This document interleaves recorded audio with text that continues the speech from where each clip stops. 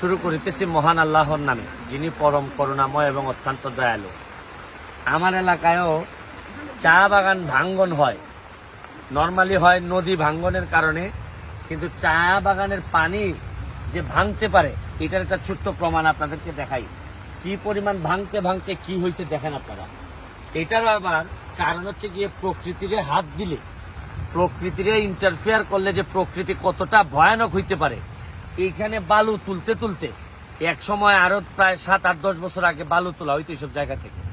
বালু তোলার কারণে এদের যে সিনটেক্সটা, একটা কেমিস্ট্রি থাকে, এই কেমিস্ট্রি নষ্ট করার কারণে আজকে পুরা সাতচরি বাগানের একটা বড় অংশ ভাঙতে ভাঙতে, এদিকে দেখো, এই যে ভাঙতে ভাঙতে এই জায়গা পর্যন্ত গেছে।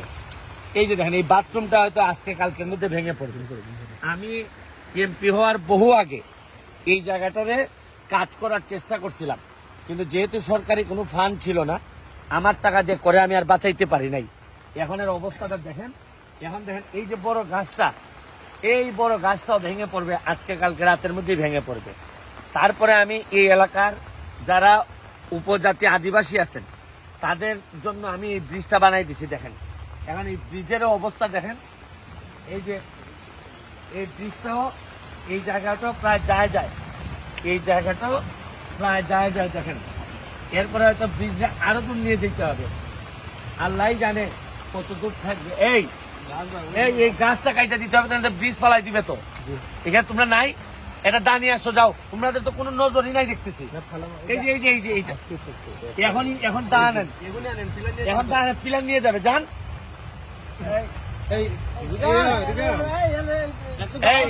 দেখেন এই যে দিয়ে দেখাও,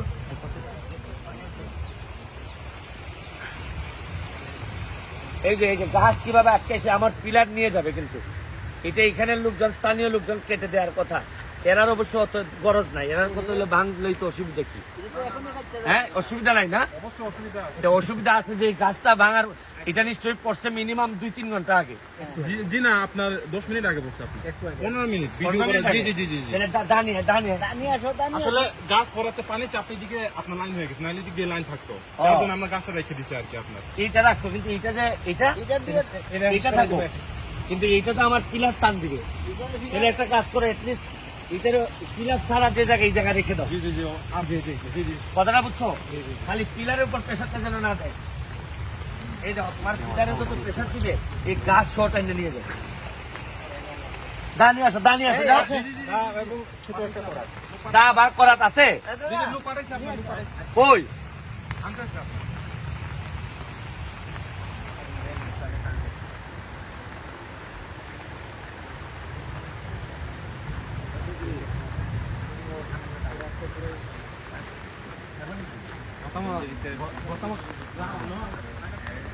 কিছুক্ষণের মধ্যে এটা পুরাটা ভাঙা, এটা ভাঙলে একটা কাজ করবা, এটা সরাবা।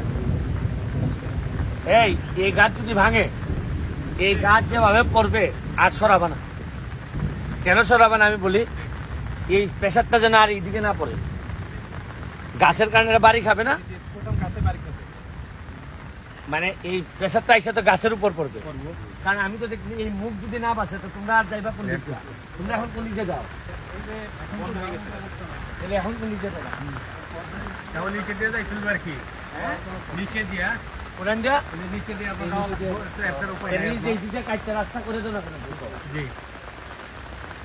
আমি বলি এটা যদি জায়গাতে তো ব্রিজ শূন্য হয়ে যাবো, তাহলে গাছটা এখন পড়লেই যেভাবে আছে এই গাছ উঠানোর দরকার নাই।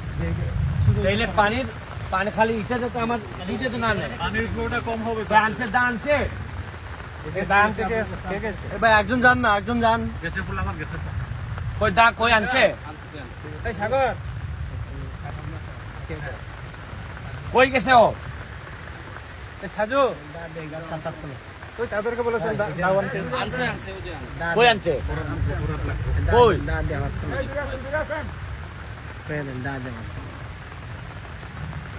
ভাই উঠিকে নামতে হবে, এইদিকে অনেক পানি। নাম্বার কোন দিক দিয়ে ভাই? এই দিকটা নামতে পারছে না।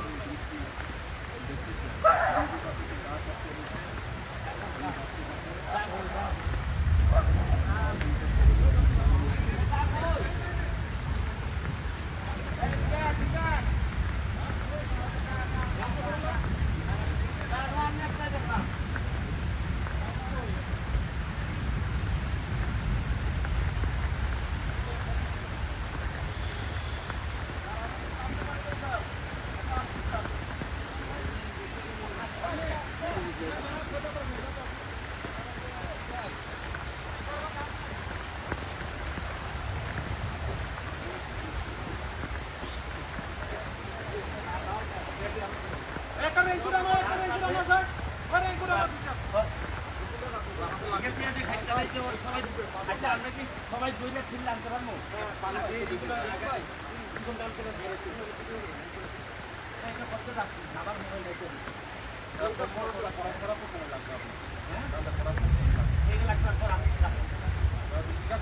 হ্যাঁ মেলাতে ওইটা ওর সব মিলে ধরো দেখি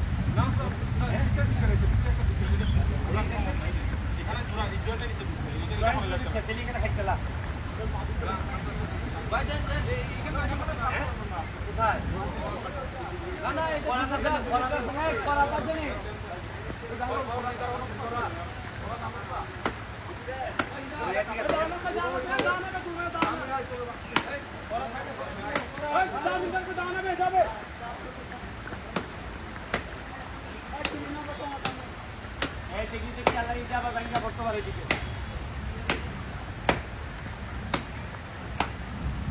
ঠিক আছে খাতা ঠিক আছে পুরো রাস্তা বন্ধ করবে আমার গাড়িতে চলে